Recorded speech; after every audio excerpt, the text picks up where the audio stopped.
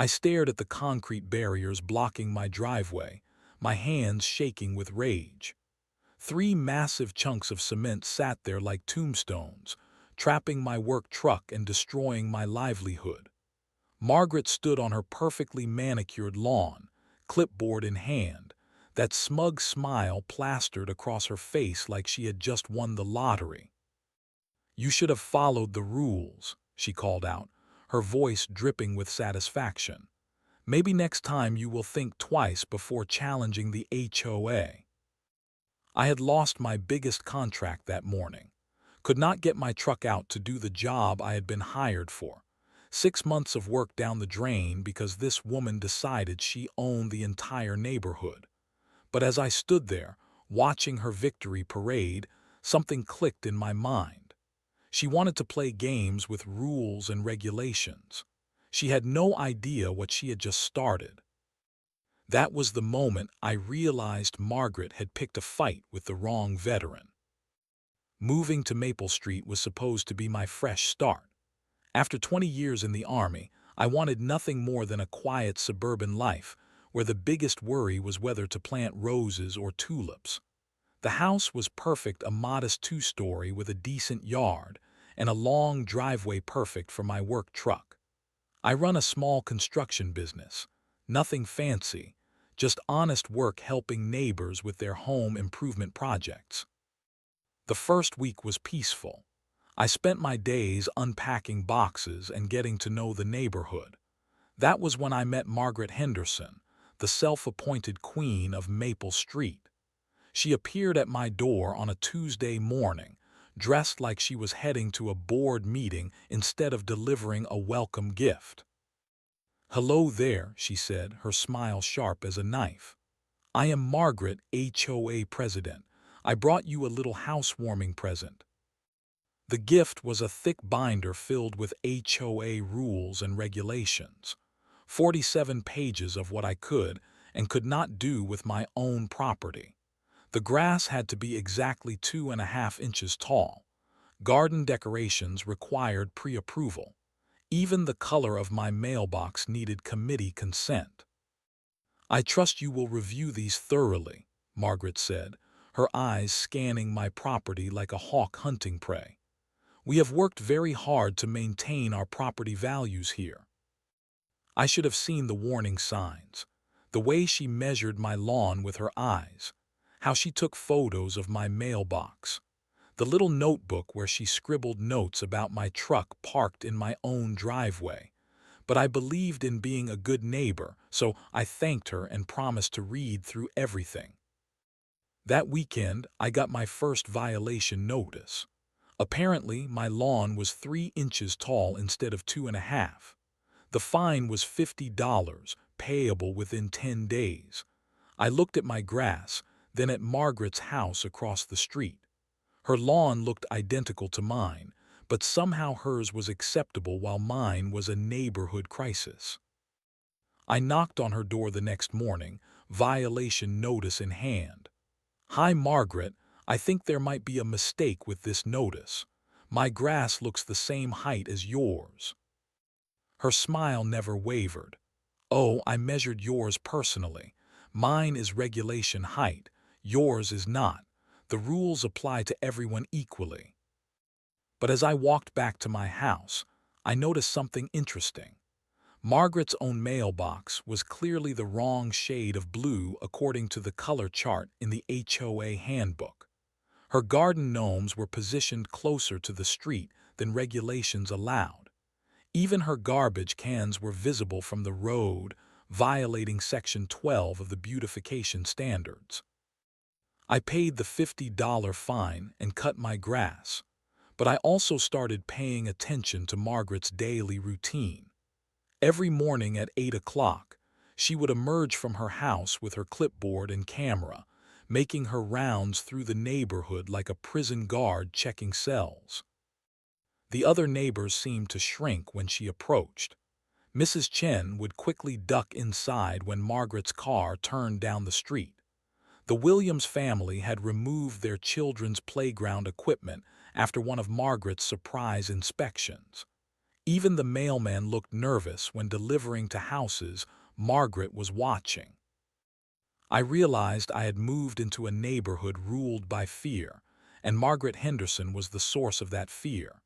She had been HOA president for 8 years, running unopposed because nobody wanted to challenge her iron grip on power. Every rule, every violation, every fine went through her personal approval. She had turned a simple homeowners association into her personal kingdom. But I had spent 2 decades in the military dealing with people who thought they had absolute power. I knew how to handle bullies and tyrants. Margaret thought she was facing just another suburban homeowner who would quietly submit to her authority. She had no idea she was about to go to war with someone who knew how to fight back. Margaret's campaign against me began in earnest the following week. Every morning, she would appear at the edge of my property line with her measuring tape and camera, documenting every possible violation like a detective gathering evidence for a murder trial.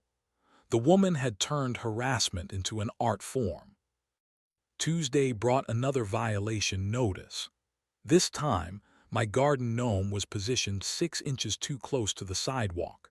The fine was $75 because it was my second offense. I moved the gnome and paid the fine, but I also started taking my own photos of Margaret's property. Her violations were adding up in my notebook. Wednesday was my mailbox. The numbers were apparently too large according to subsection 4 of the address display requirements. Another $100 fine. I replaced the numbers and documented 3 more violations on Margaret's property that she had somehow exempted herself from. By Friday, I had received notices about my car washing schedule, the color of my garbage bags, and the height of my bird feeder. Margaret was finding problems that did not exist, creating violations out of thin air. But every time I tried to address the issue through proper channels, I hit a brick wall. The HOA board consisted of Margaret and 2 other homeowners who were clearly terrified of her. When I attended their monthly meeting to discuss the excessive fines, Margaret sat at the head of the table like a judge presiding over a kangaroo court. "Mr. Thompson," she said, reading from her notes, "you have accumulated over $400 in fines in just 2 weeks. Perhaps this neighborhood is not the right fit for your lifestyle." "Margaret, I have been following every rule in the handbook. You are citing violations that do not exist in the actual bylaws." Her smile was ice cold. "I am the HOA president. I interpret the rules as I see fit to maintain our community standards. If you do not like it, you are free to move somewhere else." The other board members said nothing. They just stared at their hands while Margaret dismissed my concerns with a wave of her perfectly manicured fingers. I realized that complaining through official channels was pointless. Margaret had rigged the system to benefit herself while crushing anyone who challenged her authority. But I underestimated just how far she was willing to go to prove her point. On Monday morning, I woke up to find 3 concrete barriers blocking my driveway. Massive chunks of cement positioned perfectly to trap my work truck in the garage. I stood there in my pajamas, staring at these obstacles like they were some kind of hallucination. Margaret appeared on her front porch, coffee mug in hand, watching my reaction with obvious satisfaction. "Good morning, Mr. Thompson. I hope you slept well." "Margaret, what are these barriers doing in my driveway?" "Oh, those are not in your driveway. They are positioned on the community easement that runs along your property line. I had them installed to ensure proper access for emergency vehicles and utility workers." I pulled out my phone and started taking photos. "This is my private driveway. You cannot block access to my own property." "Actually, I can. Section 15 of the HOA Covenant grants the association easement rights for community safety purposes. I am simply exercising those rights to ensure compliance with fire safety regulations.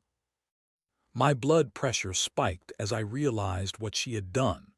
Margaret had found some obscure clause in the HOA agreement and twisted it to justify blocking my driveway. She was not just harassing me anymore. She was actively sabotaging my ability to earn a living. "Margaret, I have a job site to get to. I need my truck." "Then you should have thought about that before accumulating so many violations. Actions have consequences, Mr. Thompson."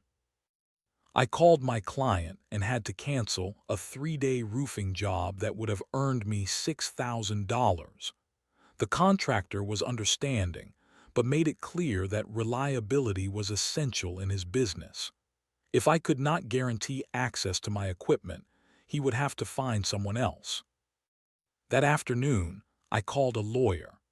The consultation cost me $200 just to learn that Margaret's actions were legally questionable, but would require expensive litigation to resolve. The lawyer estimated it would cost at least $10,000 to fight the easement claim in court, assuming I could prove that Margaret was abusing her authority. I sat in my living room that evening, staring at those concrete barriers through my window. Margaret had effectively trapped me in my own home, destroyed my business contract, and done it all while hiding behind legal technicalities that would cost me a fortune to challenge. But she had made one critical mistake. She assumed I was just another suburban homeowner who would quietly accept her abuse rather than fight back. Margaret had no idea that she had just declared war on someone who had spent 20 years learning how to win battles that seemed impossible. That night, I made a decision that would change everything. I spent the next 3 days buried in legal documents, HOA bylaws, and county records. My dining room table looked like a war room, covered with papers, printouts, and sticky notes mapping out every angle of Margaret's attack.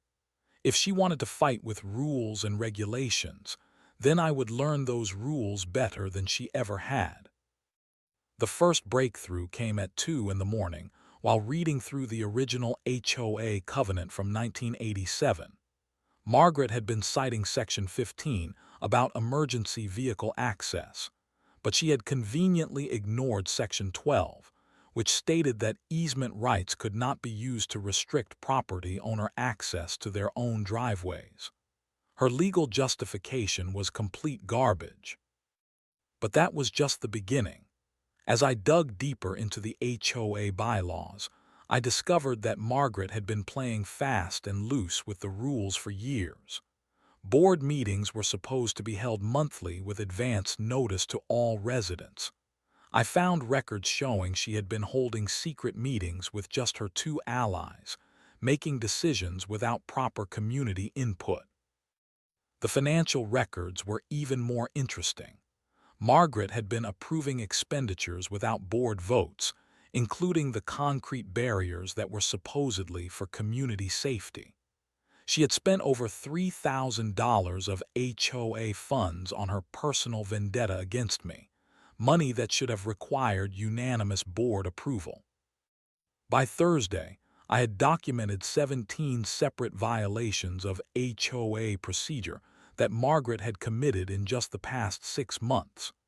She had turned the homeowners association into her personal slush fund and enforcement agency, violating every principle of fair governance in the process. But the real goldmine came when I started talking to other neighbors. Mrs. Chen invited me over for tea and told me about the time Margaret had forced her to remove her culturally significant garden decorations because they were too ethnic for the neighborhood aesthetic. The Williams family had been fined repeatedly for their children's toys being visible from the street, while Margaret's own grandchildren left bicycles scattered across her lawn without consequence. Tom Rodriguez, who lived 2 streets over, had been battling Margaret for 3 years over his classic car collection. She had cited him for commercial vehicle storage, even though his cars were vintage Mustangs he restored as a hobby. Meanwhile, Margaret's own property had multiple violations that she had somehow exempted herself from. "She runs this place like a dictatorship," Tom told me over beer in his garage. "Everyone is afraid to challenge her because she will make your life miserable. The woman has no limits." That was when I realized Margaret's greatest weakness. She had become so comfortable with her power that she had stopped following the very rules she used to terrorize everyone else. Her house was a goldmine of violations just waiting to be documented and reported. But I needed something bigger than just exposing her hypocrisy. I needed a way to turn her own system against her, to use her rule-obsessed mentality as a weapon in my favor. That was when I remembered my conversation with an old Army buddy who had mentioned something about historical vehicle registrations. I called Jake Martinez at midnight, waking him up in Colorado. "Jake, remember when you told me about that guy who registered his tank as a historical vehicle? How exactly did that work?" "Jesus, Thompson, what time is it? Why are you asking about tanks?" "I might have a situation that requires heavy artillery." Jake laughed. "You mean legal heavy artillery, right? Because I know a guy who deals in decommissioned military vehicles. Everything completely legal, registered as historical displays. What kind of situation are we talking about?" I explained my problem with Margaret and the blocked driveway. Jake was quiet for a long moment, then started chuckling. "You know what? That might actually work. There is a county ordinance that allows historical military vehicles on private property as long as they are properly registered and maintained. It is meant for museums and collectors, but the law does not restrict private ownership." "Are you serious?" "Dead serious. In fact, I think my buddy has a Sherman tank he has been trying to place with a collector. Completely demilitarized, runs great, and all the paperwork is in order. It would be perfectly legal to park it on your property." I felt a smile spread across my face for the first time in weeks. Margaret wanted to play games with rules and regulations. She had no idea that I was about to bring a tank to a clipboard fight. The next morning, I made 3 phone calls. The first was to Jake's friend about tank availability. The second was to the county permits office about historical vehicle registration. The third was to my lawyer to make sure everything I was planning was completely legal. By noon, I had all the information I needed. Margaret had started a war using concrete barriers and legal technicalities, but I was about to end it with 60 tons of perfectly legal American steel. The tank arrived at 6 in the morning on a Tuesday, rumbling down Maple Street like thunder rolling across the suburbs. I had been awake since 4, double-checking all the permits and legal documents one final time. Everything was perfect. Registration complete, insurance paid, all county requirements satisfied. Margaret had taught me to be thorough with paperwork, and I had learned the lesson well. The transport truck was massive, easily the largest vehicle that had ever driven through our quiet neighborhood. I watched from my window as porch lights flickered on and curious faces appeared behind curtains. The driver, a grizzled veteran named Pete, knew exactly what he was doing. He had delivered tanks to collectors and museums across 3 states. "Where do you want her?"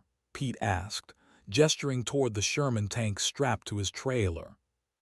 "Right there," I said, pointing to a spot on my front lawn directly facing Margaret's house.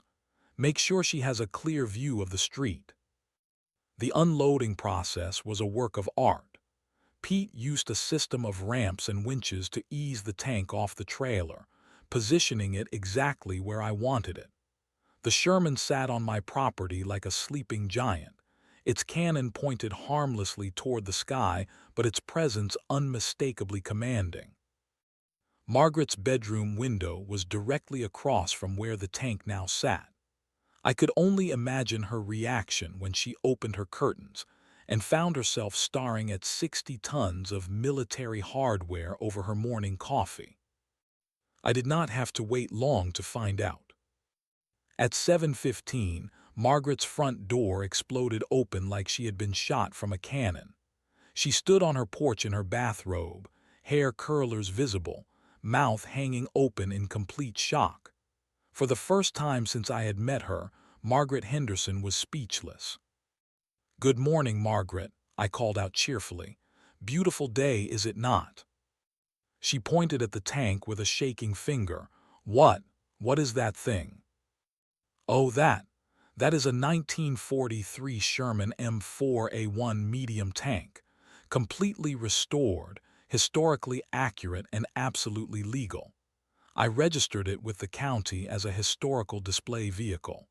All the paperwork is in order, naturally." Margaret's face went through several colors before settling on a shade of red that clashed horribly with her pink bathrobe. "You cannot park that monstrosity on your lawn. This is a residential neighborhood." "Actually, I can. County Ordinance 247.3 allows historical military vehicles on private property as long as they are properly registered and maintained. I have all the documentation if you would like to review it." I held up a thick folder filled with permits, registration papers, and insurance documents. Margaret's eyes widened as she recognized her own tactics being used against her. The woman who had built her power on bureaucratic technicalities was being beaten at her own game. "I am calling the police," she sputtered. "Please do. I would be happy to show them all my permits." Margaret stormed back into her house, slamming the door with enough force to rattle windows. Within minutes, I could hear her on the phone, her voice rising to a pitch that could probably shatter glass. The police arrived an hour later. Officer Martinez was a calm, professional man who had clearly dealt with neighborhood disputes before. He walked around the tank, examined my documentation, and checked the county database to verify everything was legitimate. "Well," he said, handing my papers back, "it is unusual, but everything appears to be in order. The tank is properly registered, you have all the required permits, and it is on your private property. I do not see any violations." Margaret appeared at his shoulder like a vulture circling roadkill. "Officer, surely there must be some ordinance about dangerous weapons in residential areas." "Ma'am, this is a decommissioned display vehicle. The weapons systems have been completely disabled. It is essentially a very large piece of historical equipment, like having a restored antique fire truck in your yard. But it is affecting property values. It is creating a public nuisance." Officer Martinez looked at Margaret with the patience of a man who had heard these arguments before. "Ma'am, as long as Mr. Thompson maintains the proper permits and keeps the vehicle in good condition, there is nothing illegal about its presence." After the officer left, Margaret called an emergency HOA meeting. She sent notices to every house on the street, demanding immediate action to remove what she termed a military assault vehicle from the neighborhood. The meeting was scheduled for 7 that evening in her living room. I spent the afternoon preparing my defense. Every document organized, every legal precedent researched, every angle covered. Margaret wanted to fight this battle in her favorite arena, bureaucratic warfare. But she had no idea that I had spent weeks learning the rules better than she ever had. As evening approached, I could see neighbors gathering at Margaret's house. Some looked curious, others concerned. A few seemed excited by the drama. The tank sat silently on my lawn, its presence transforming the entire dynamic of our quiet street. Margaret had started this war with concrete barriers and legal technicalities, but I had just brought the heavy artillery to the battlefield. The real fight was about to begin. The emergency HOA meeting was standing room only. Margaret's living room was packed with neighbors, all talking at once about the tank parked across the street. I arrived precisely on time, carrying my folder of documentation and wearing my best poker face. Margaret stood at the front of the room like a prosecutor addressing a jury. She had changed from her bathrobe into a sharp business suit, her hair perfectly styled, every inch the image of reasonable authority. But I could see the panic in her eyes as she struggled to regain control of the situation. "Ladies and gentlemen," she began, her voice steady despite the chaos, "we are facing an unprecedented threat to our community. Mr. Thompson has brought a military weapon into our peaceful neighborhood, endangering our children and destroying our property values." Several neighbors nodded in agreement. Mrs. Patterson from down the street raised her hand. "Margaret, is it even legal for him to have that thing?" "That is exactly what we need to determine," Margaret replied smoothly. "I have been researching the legal options available to us, and I believe we have several avenues to pursue." She had prepared a presentation complete with printed handouts and legal citations. Margaret had clearly spent the day scrambling to find any regulation, ordinance, or law that could force me to remove the tank. Her research was impressive, but she had made one critical error. She had not done her homework on me. "Mr. Thompson," Margaret said, turning to face me directly, "would you care to explain why you felt it necessary to traumatize our neighborhood with this display of military aggression?" I stood up slowly, pulling out my folder of documents. "Of course, Margaret, I would be happy to explain everything." The room fell silent as I moved to the front. Margaret's confident smile faltered slightly as she realized I had come prepared for war. "First, let me address the legal issues. The Sherman tank is registered as a historical vehicle with the county. I have permits for its display, insurance covering its presence, and documentation proving it meets all local requirements." I held up each document as I spoke, letting the neighbors see the official seals and signatures. "Second, the tank is completely demilitarized. It has no functional weapons, no ammunition, and poses no danger to anyone. It is essentially a large piece of historical equipment." Margaret tried to interrupt, but surely the HOA has the authority to.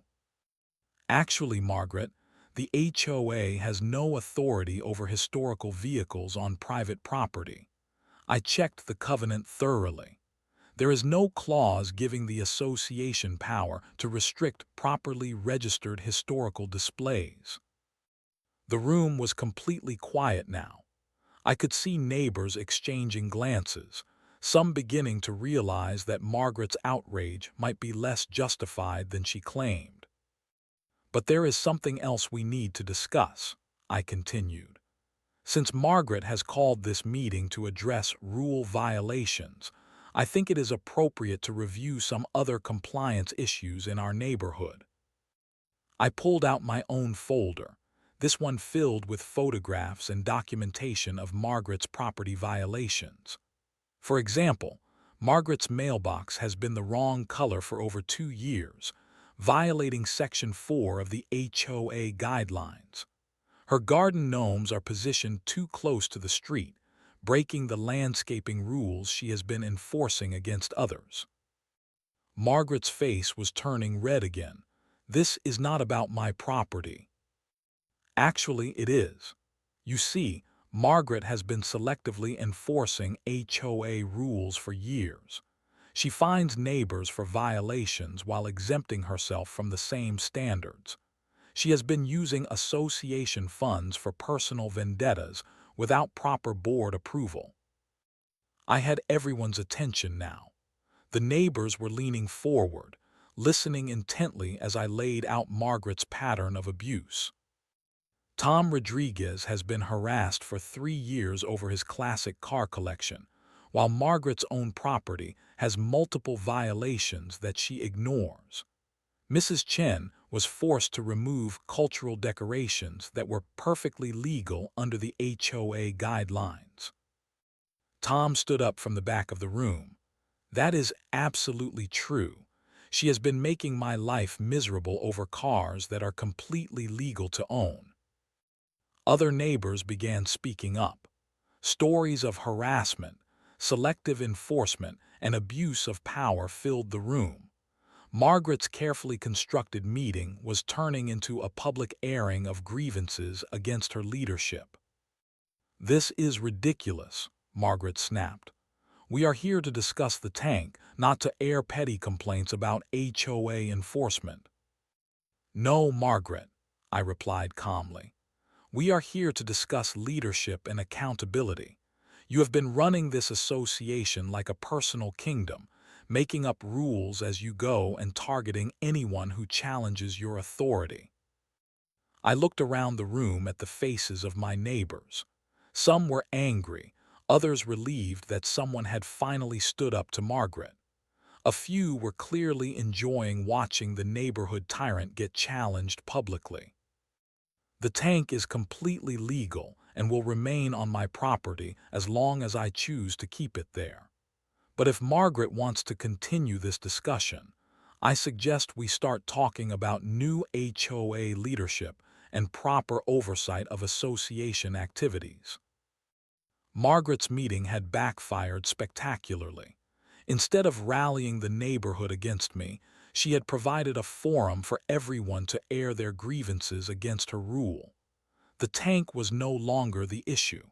Margaret's leadership was. The revolution had begun. The days following the emergency meeting were like watching a dam burst. Neighbors who had been silent for years suddenly found their voices, and the stories they told painted a picture of systematic abuse that went far beyond what I had experienced. Sarah Williams knocked on my door Thursday morning, her hands shaking as she held a manila folder filled with violation notices. "I saved everyone," she whispered, glancing nervously toward Margaret's house. 17 fines in 2 years, all for things that other people do without any consequences." Her children's swing set had been deemed too colorful for the neighborhood aesthetic. Their Halloween decorations were apparently excessive and inappropriate. Even their dogs barking during daylight hours had somehow warranted a fine, despite the fact that the HOA bylaws had no noise restrictions during normal hours. "She made us feel like criminals in our own home," Sarah said, tears forming in her eyes. "My kids started playing inside because they were afraid of making Margaret angry." The tank had become more than just a vehicle parked on my lawn. It had transformed into a symbol of resistance, proof that Margaret's power was not absolute. Neighbors began stopping by to take photos with it, their children climbing on the tracks while parents shared their own stories of harassment. Mrs. Chen invited me over for tea and told me about the cultural garden she had been forced to remove. Margaret said the stone lanterns were not consistent with American values, she explained, her voice bitter with remembered humiliation. "My grandfather brought those lanterns from China in 1952. They were not decorations. They were family history." By the weekend, an informal coalition had formed. Tom Rodriguez organized a meeting in his garage, away from Margaret's watchful eyes. 15 neighbors showed up, each bringing their own folder of violation notices and documentation of Margaret's selective enforcement. "Look at this," Tom said, spreading papers across his workbench. "Margaret has collected over $40,000 in fines from this neighborhood in the past 3 years. But where did that money go?" We spent hours going through HOA financial records that Tom had requested through proper channels. The numbers were staggering. Margaret had been spending association funds on personal projects, including landscaping for her own property that she had classified as community beautification. The concrete barriers that had blocked my driveway had cost $3,200. Margaret had approved the expenditure without a board vote, claiming it was an emergency safety measure. But the vendor receipt showed the barriers were ordered 3 days before she had them installed, proving the emergency was completely fabricated. "She has been embezzling," Tom said quietly. "This is not just harassment, this is theft." Monday morning brought reporters. Someone had tipped off the local news about the tank, and a camera crew from Channel 7 was setting up on the street. Margaret emerged from her house in full battle regalia, ready to control the narrative. The reporter, a young woman named Jessica Torres, interviewed Margaret first. "Mrs. Henderson, how do you respond to complaints that you have been using your position to harass neighbors?" Margaret's smile was razor sharp. "I have served this community faithfully for 8 years, maintaining property values and ensuring everyone follows the rules equally. Mr. Thompson's tank is a dangerous escalation that threatens our children's safety." But when Jessica interviewed me, I was ready with facts instead of rhetoric. "The tank is completely legal and poses no danger to anyone. What threatens this community is an HOA president who has been embezzling funds and selectively enforcing rules to target personal enemies." I showed Jessica the financial records, the violation notices, and the documentation of Margaret's own property violations. The reporter's eyes widened as she realized this was a much bigger story than a neighborhood dispute over a tank. "Mrs. Henderson," Jessica said, returning to Margaret with her cameraman, "residents have provided documentation showing you have spent HOA funds on personal projects without board approval. How do you respond to allegations of financial impropriety?" Margaret's composure cracked. "That is absolutely false.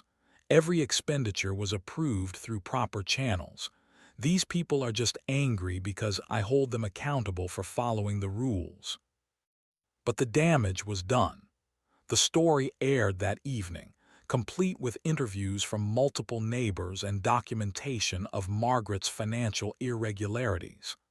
The tank was mentioned, but only as the catalyst that had exposed years of abuse and possible embezzlement. Margaret's reign of terror was coming to an end, and she knew it. But like any tyrant facing defeat, she was not going down without a fight. The final battle was about to begin. The end came faster than I had expected. The news story had opened floodgates that Margaret could not close. By Wednesday, the county attorney's office had opened an investigation into HOA financial irregularities. By Friday, Margaret had resigned as president, citing personal reasons and stress-related health issues. The resignation letter was a masterpiece of deflection and self-pity. Margaret claimed she had been unfairly targeted by disgruntled residents and subjected to harassment and intimidation. She painted herself as a victim of a conspiracy led by militant veterans who refused to follow reasonable community standards. But the evidence was overwhelming. The county audit revealed that Margaret had spent over $18,000 of HOA funds on unauthorized projects, including landscaping her own property and installing the concrete barriers that had started this entire conflict. She had been writing checks to herself for administrative expenses that had no documentation or approval. The legal settlement came a month later. Margaret agreed to repay the misappropriated funds and cover the legal costs of removing the barriers from my driveway. She also agreed to a restraining order that prevented her from harassing any neighbors in the future. The barriers disappeared on a Tuesday morning, removed by the same crew that had installed them. I watched from my window as they loaded the concrete chunks onto a truck, finally clearing the path to my driveway. The tank sat quietly on my lawn, its mission almost complete. Margaret's house went up for sale 2 weeks later. She had become a pariah in her own neighborhood, unable to walk to her mailbox without receiving hostile stares from neighbors she had tormented for years. The for sale sign appeared overnight, like she was trying to escape under cover of darkness. The new HOA election was held in Tom Rodriguez's garage, with 23 neighbors participating. Sarah Williams was elected president, promising transparency and fair enforcement of reasonable rules. The first order of business was revising the HOA bylaws to prevent future abuse of power. "No more secret meetings," Sarah announced at our first official gathering. "No more selective enforcement. No more using association funds for personal vendettas."